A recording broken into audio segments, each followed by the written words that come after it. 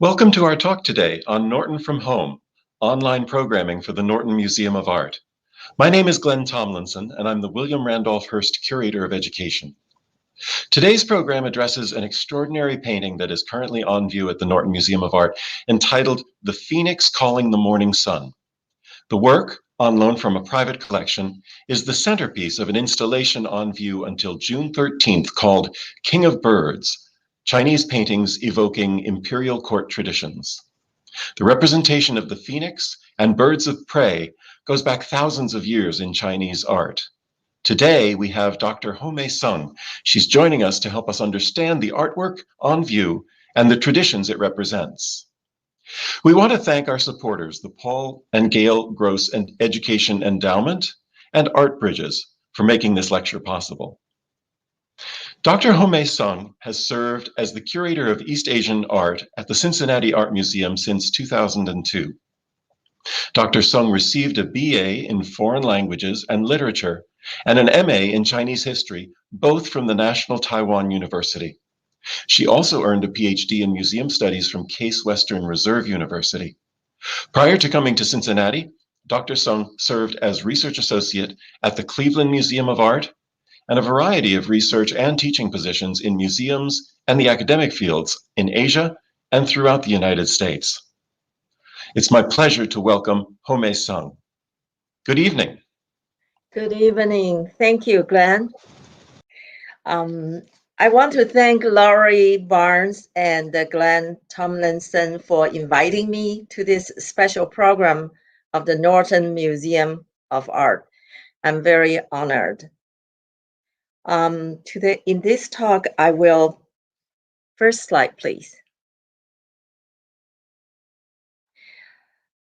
In this talk, I will introduce the symbolism and the historical background of the Chinese depiction of phoenix and eagle, the two birds featured in Norton Museum of Art's new installation, King of Birds. I will also decode some of the hidden political and social messages conveyed through symbolic associations and homonymic puns in these paintings, which have been nearly forgotten for many centuries. Next, please. Before I talk about these paintings, I will briefly introduce how Chinese define birds and animals.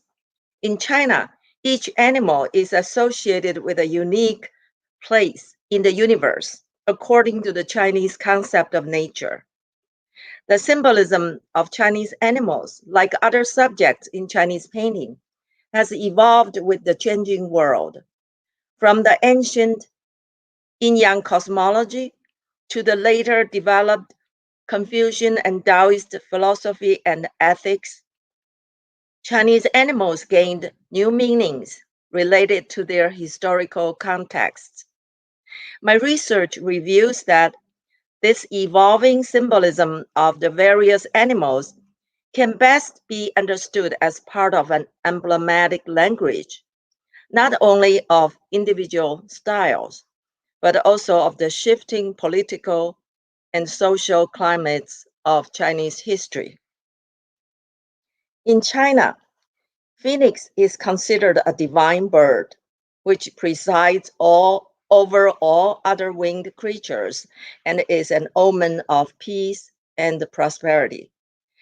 As early as the Shang Dynasty, a phoenix-like bird was already being used as a decorative motif for jades and bronzes.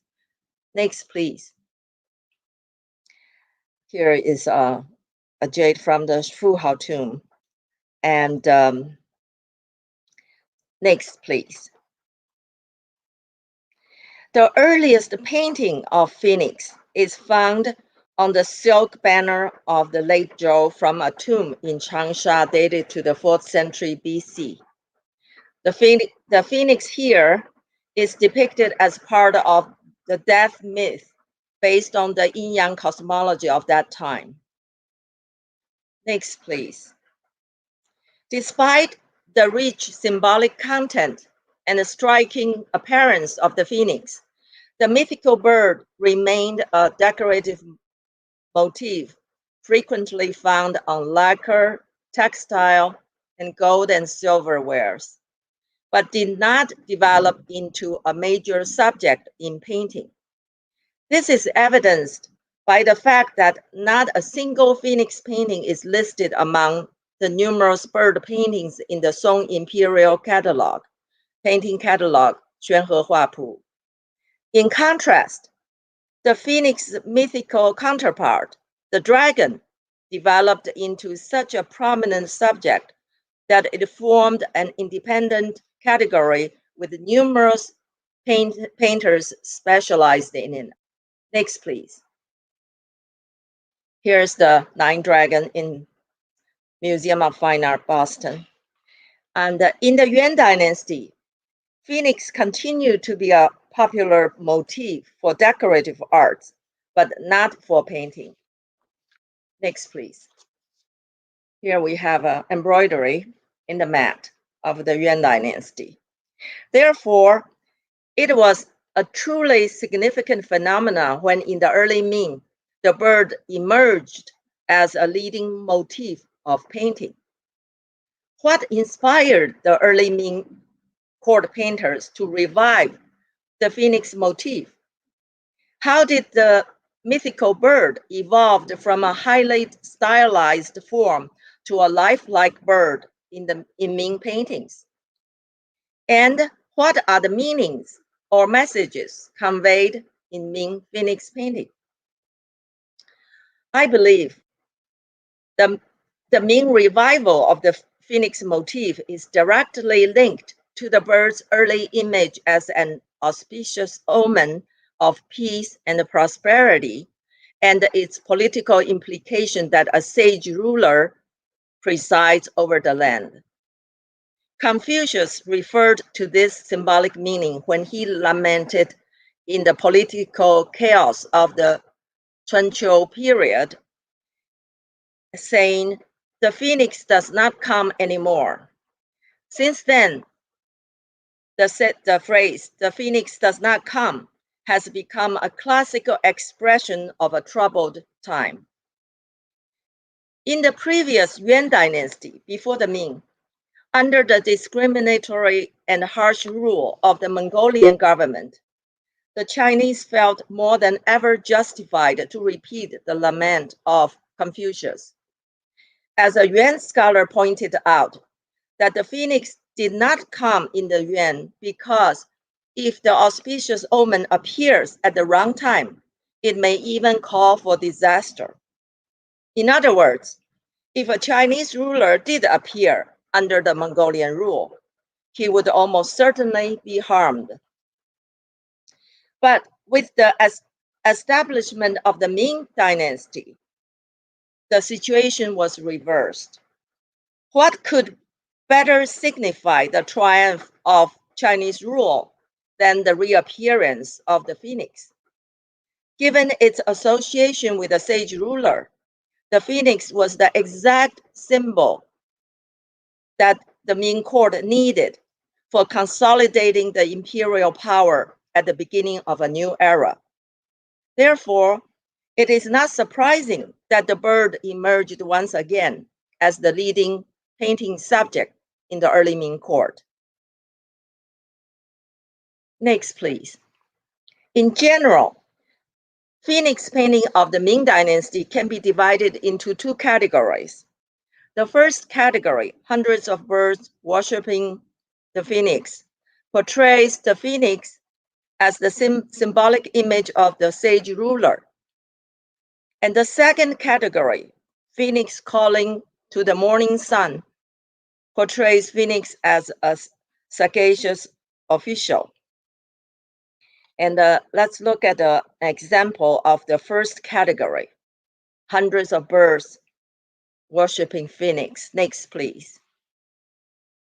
Here, this is a screen in Beijing, a lacquer screen depicting hundreds of birds worshiping the phoenix. Here, to portray the phoenix as a ruler, the Ming court painters combined the newly revived image of the phoenix with the traditional depiction of 100 birds to form the new design for this theme. Let's next. Here is an example of the 100 birds painted by Yin Hong of the early Ming. The 100 bird theme is based on the Chinese analogy likening the activities of 100 different species of birds to the peace and prosperity of the nation made up of numerous people from different walks of life going about their daily business. Next, please. By adding a pair of phoenix as the center focus of the 100 bird design, the message of emperor worship is more explicitly portrayed. This screen depicts a phoenix standing ceremoniously in a garden filled with blooming magnolias, apricots, and peonies. It still maintains the basic design of 100 bird painting, but highlighted the phoenix by its central elevated position and regal pose. The phoenix apparently symbolizes the ruler, and the numerous birds surrounding him his subject. This scene not only advocates the Confucian concept of emperor worship, but also complements the ruler's benevolent rule, since the phoenix appears only during such reigns. The rich and the colorful design also became a favorite motif for ceramics. Next, please. And the second category of phoenix painting portrays the bird as the symbolic image of a virtuous and courageous official. The phoenix shift in the symbolic meaning from a ruler to a sagacious official signifies not only a further development of phoenix painting, but also the changing political and social climates of the Ming court. While at the beginning of the Ming, the message of 100 birds worshiping the phoenix was the desired political ideology for consolidating imperial power. This was no longer the case in the mid-Ming, when the court was increasingly plagued by corruption and the emperor played into the hands of the eunuchs. This situation led many disillusioned officials to echo Confucius' lament, "The phoenix does not come anymore." Now, instead of a glorified ruler, it was the sagacious officials whose presence was badly needed to bring peace and enlightenment to the court. Within this historical context, it's easy to understand why the political message of phoenix painting shifted from worshiping the ruler to encouraging or complimenting sagacious officials.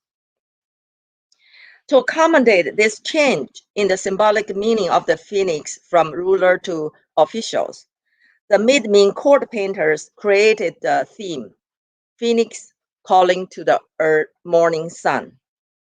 This theme was inspired by the ancient literary expression recorded in Shi Jing, or the Book of Odes, which compared the phoenix to a sagacious official and the morning sun to a time of enlightenment.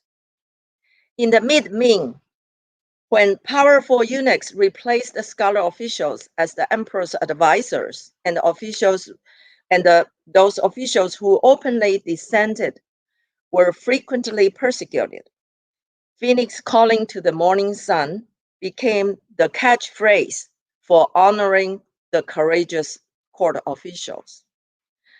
Serving in this turbulent mid-Ming court, the Ming court painters produced numerous paintings of this new theme and presented them to the courageous officials. This is a recorded theme, Phoenix calling to the morning sun. And after research, I tried to match them with surviving works. And I believe, next please. And I believe this painting by Lin Liang in Shokokuji in Japan is depicting this theme. That is Phoenix calling to the morning sun. Here, Lin Liang rejected the traditional song flower and bird setting of an elaborately drawn and richly colored imperial garden and replaced it with a simple monochrome sketch of a few stalks of bamboo and a rocky cliff. However, Lin's portrayal of the dignified and heroic phoenix standing firmly among the billowing clouds and calling toward the sun indeed evokes the image of the sagacious official described in Shi Jing. After the mid-Ming, Phoenix calling to the morning sun became such a popular theme that the unique element of the design, the sun, started to appear in almost all Phoenix paintings. Many painters modified the traditional design of Phoenix painting to convey this new message by just adding the sun. Next, please. Here we have another example from Japan. This is in the Japanese Imperial Collection called Myria's Birds of Good Omens. This painting clearly evolved from the traditional design of 100 birds worshipping Phoenix, as seen by the numerous birds gathering around a large phoenix standing prominently in the center. However, many changes have been made to convey the late Ming message. Perhaps the most dramatic change is the phoenix pose. Here, the phoenix, though still being worshipped, no longer mixes with the other birds. Instead, it is now separated from them by the surrounding empty space and stands on a tall rock. Also, instead of standing regally with its head held high and looking down at the surrounding birds, the phoenix profile here acts almost like a long arrow pointing to the sun. The focus is no longer the phoenix itself, but the phoenix action of calling toward the sun. The changed message is quite clear. The phoenix now symbolizes a courageous official and its calling toward the sun, morning sun, the hope for a time of enlightenment. Next, please. The Norton painting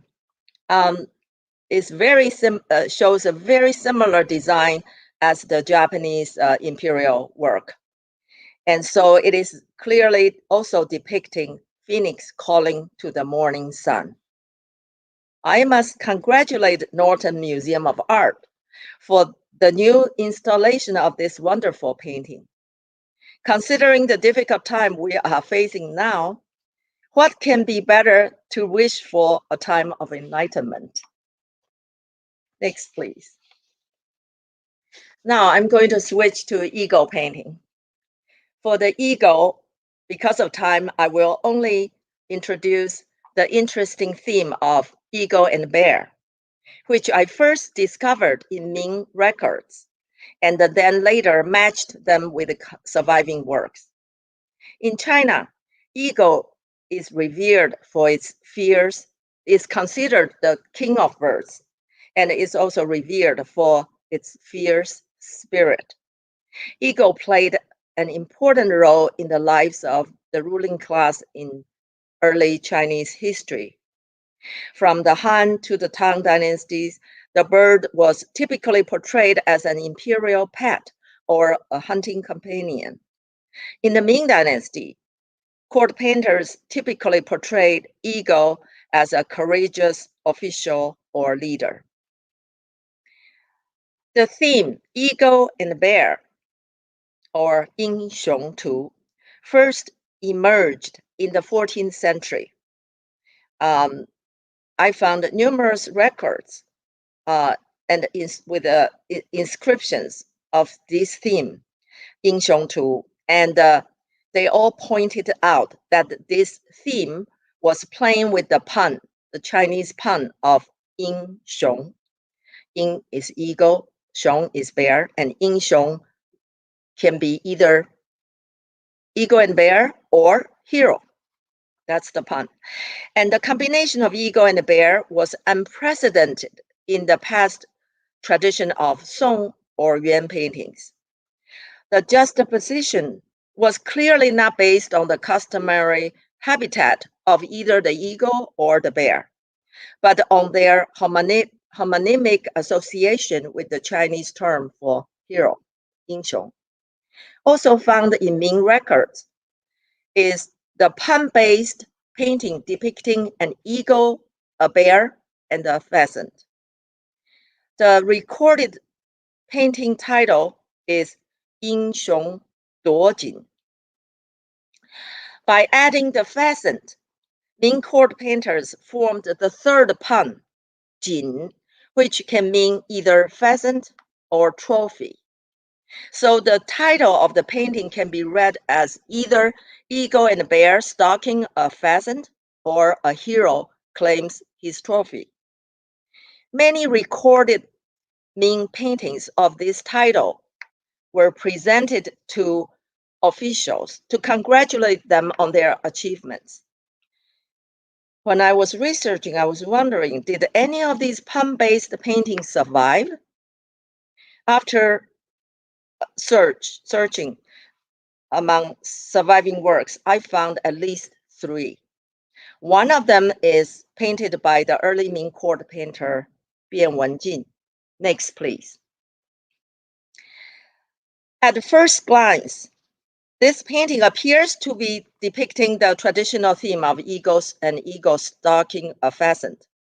But a closer examination reveals that on the painting's right side edge, at a level just below the eagle's tail, there is an upturned head of a black dog-like creature. During the time of my research, no one had ever successfully identified this creature. People call it a dog or just not notice it. I believe it's meant to be a bear. Its inconspicuous placement, small and half hidden behind a rock, is very likely intentional, since its presence is both unconventional and unrealistic. The combination of eagle and bear is not seen in nature. It is likely that the Bian has never seen a real bear. In fact, bears were so rarely depicted in Chinese painting that it must have been difficult for Bian to find a model for his rendition. Actually, I did find in the British Museum admonition scroll a bear, which is really close to this bear.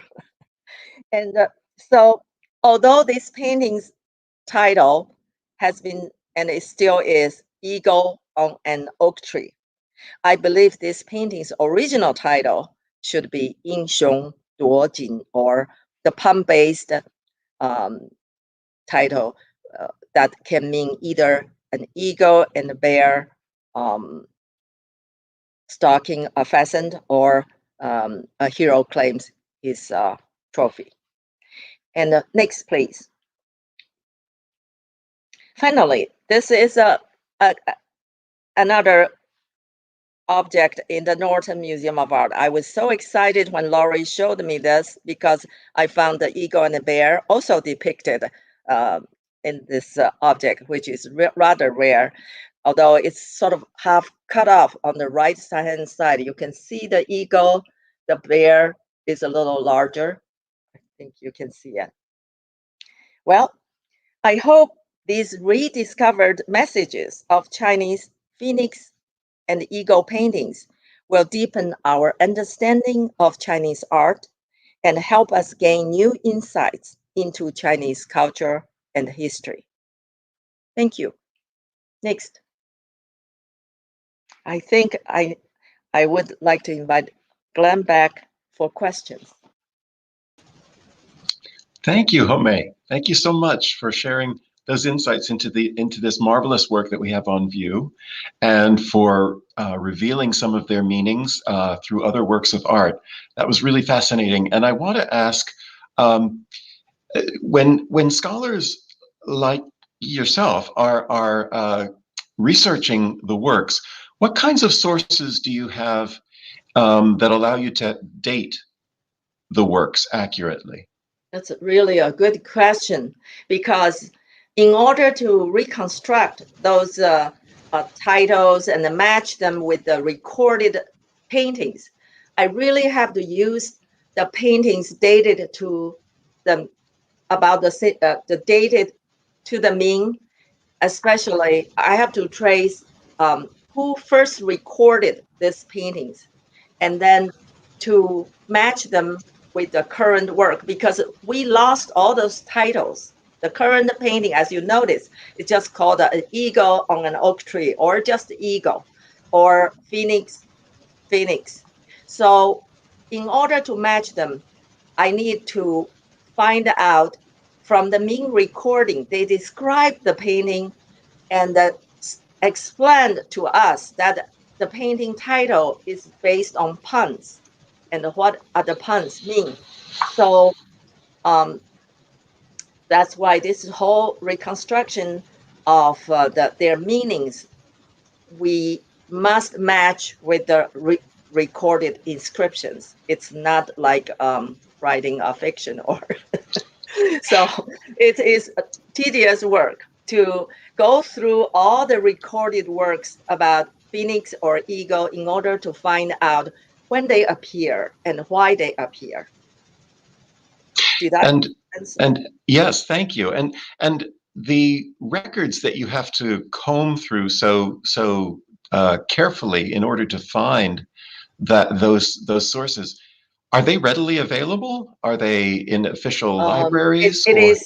It is quite challenging, because many of the things, the inscriptions, were recorded in Ming scholars' writings, miscellaneous writings, and they record a painting they saw, and so it's not very easily found. And plus, to match them with the surviving works is even harder, because first of all, there are some that truly painted in the early Ming, but there are some later copies. The copies were made by artists. Sometimes they don't even understand the meaning anymore. The message was lost.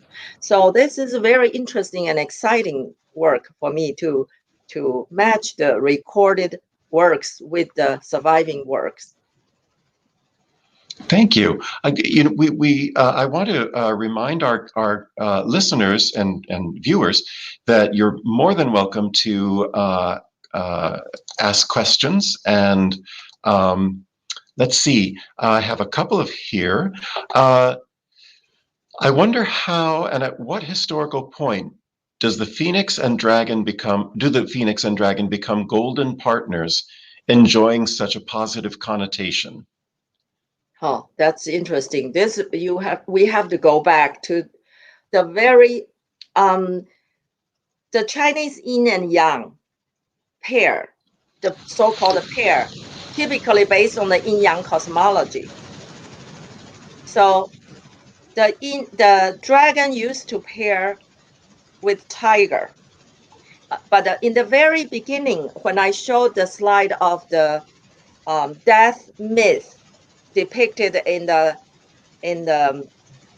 late Zhou tomb, that the silk banner, there is a dragon. There's one dragon as a vehicle for male, deceased male, to sail through to the celestial world. But there is also a phoenix. They were dated about the same time.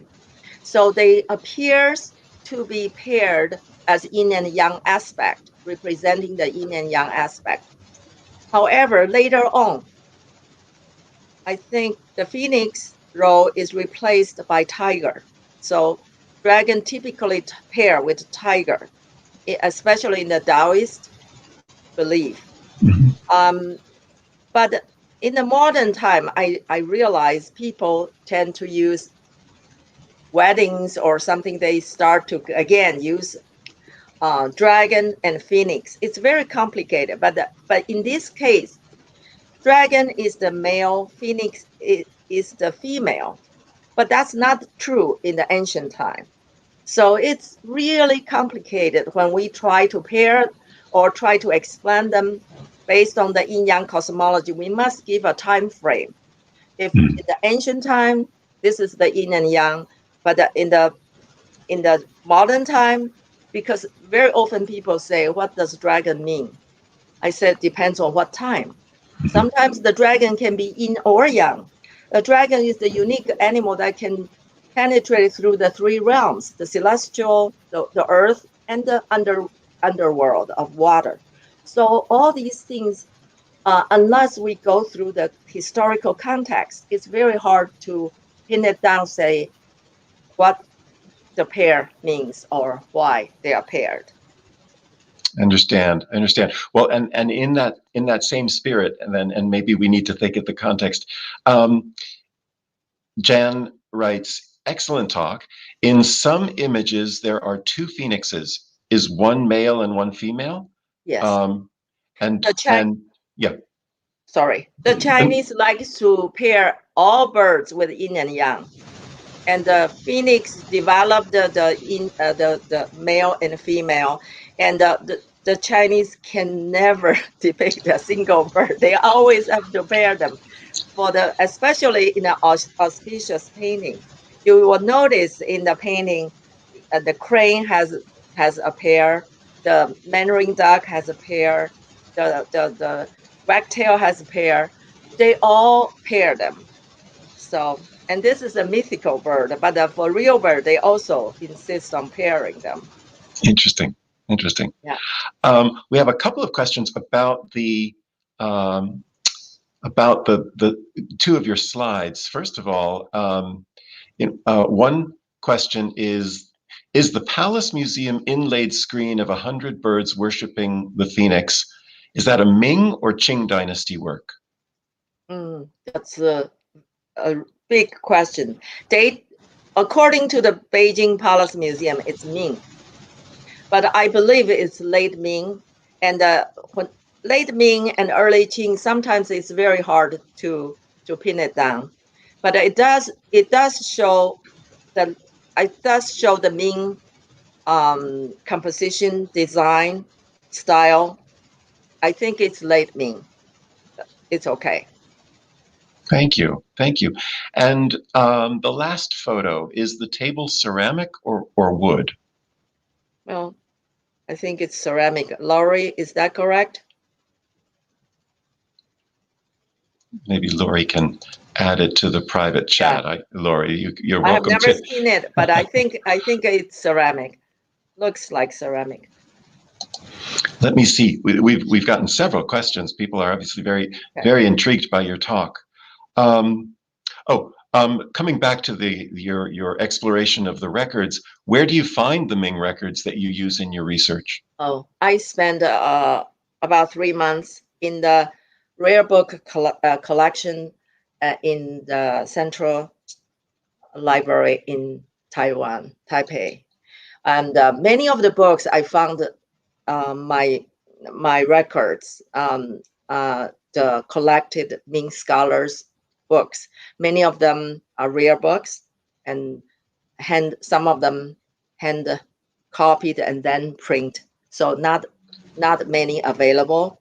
But nowadays, people starting to have to post them online. It's much easier. When I was researching, it's really rare books. I have to wear gloves to look at them, and I'm not allowed to copy a lot, something like that.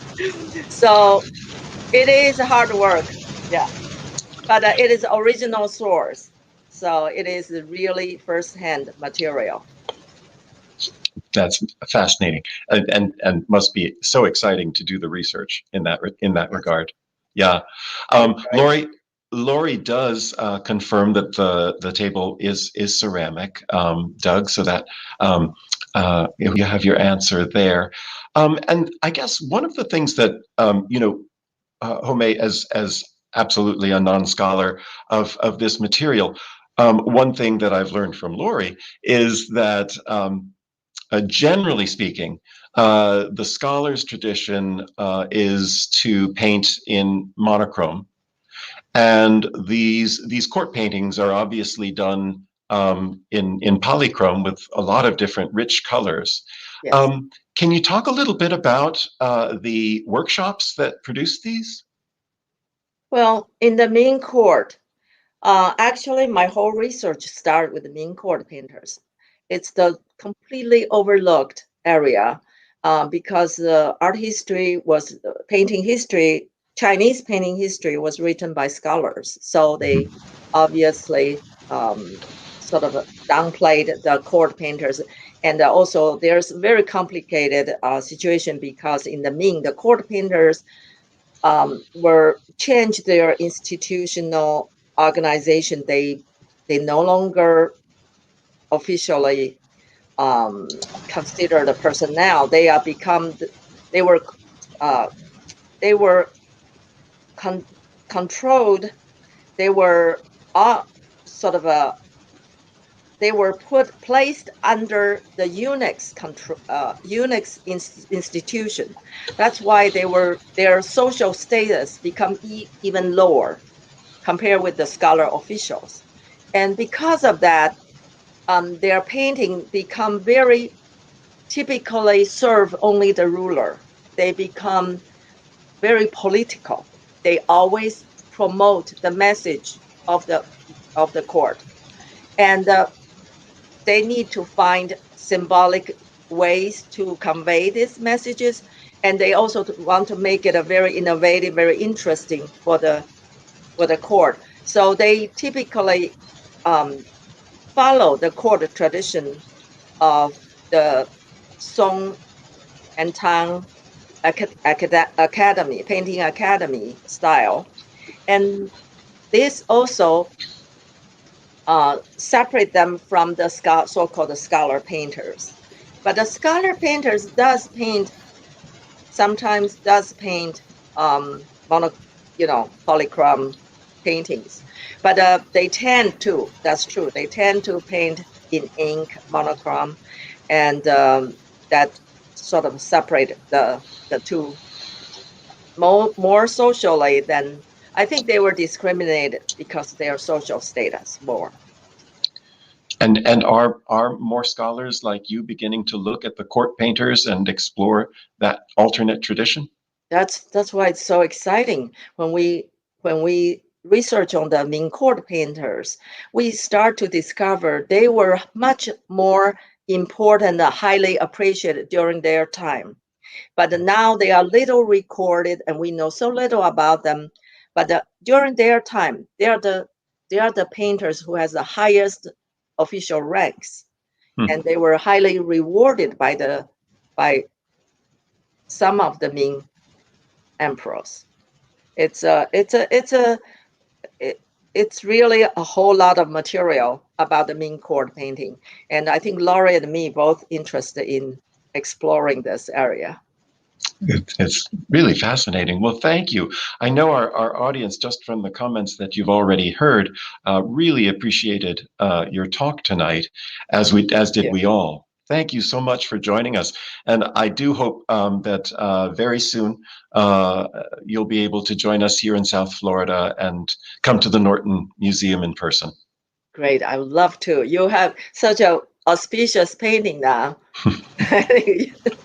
I can't wait to see all the new installation. Thank you, Home Sung. So great to have you here tonight. So, ladies and gentlemen, I just wanted to mention that we will be joining you again, or we hope you'll join us in 2 weeks when on Thursday, June 17th at 6 p.m., We will be joined by Rachel Gustafson, our assistant curator, and she will introduce her exhibition, which opens actually next week on June 11th. So if you are nearby in Palm Beach County or South Florida, we hope you'll drop by to see, For the Record, a celebration of works by women. This is an exhibition that Rachel has culled from the museum's collection, an exhibition that features the work of 54 artists. And some of these works have never been on view in the museum before. So we hope that you will come by and see the exhibition. Again, it opens on June 11th. But we also hope that you will join us for Rachel's talk on June 17th at 6 p.m. And as I've said so many times in this series, you can find this free program and register for many others on our website at www.norton.org. For now, thank you so much for joining us this evening. Be well and have a great night.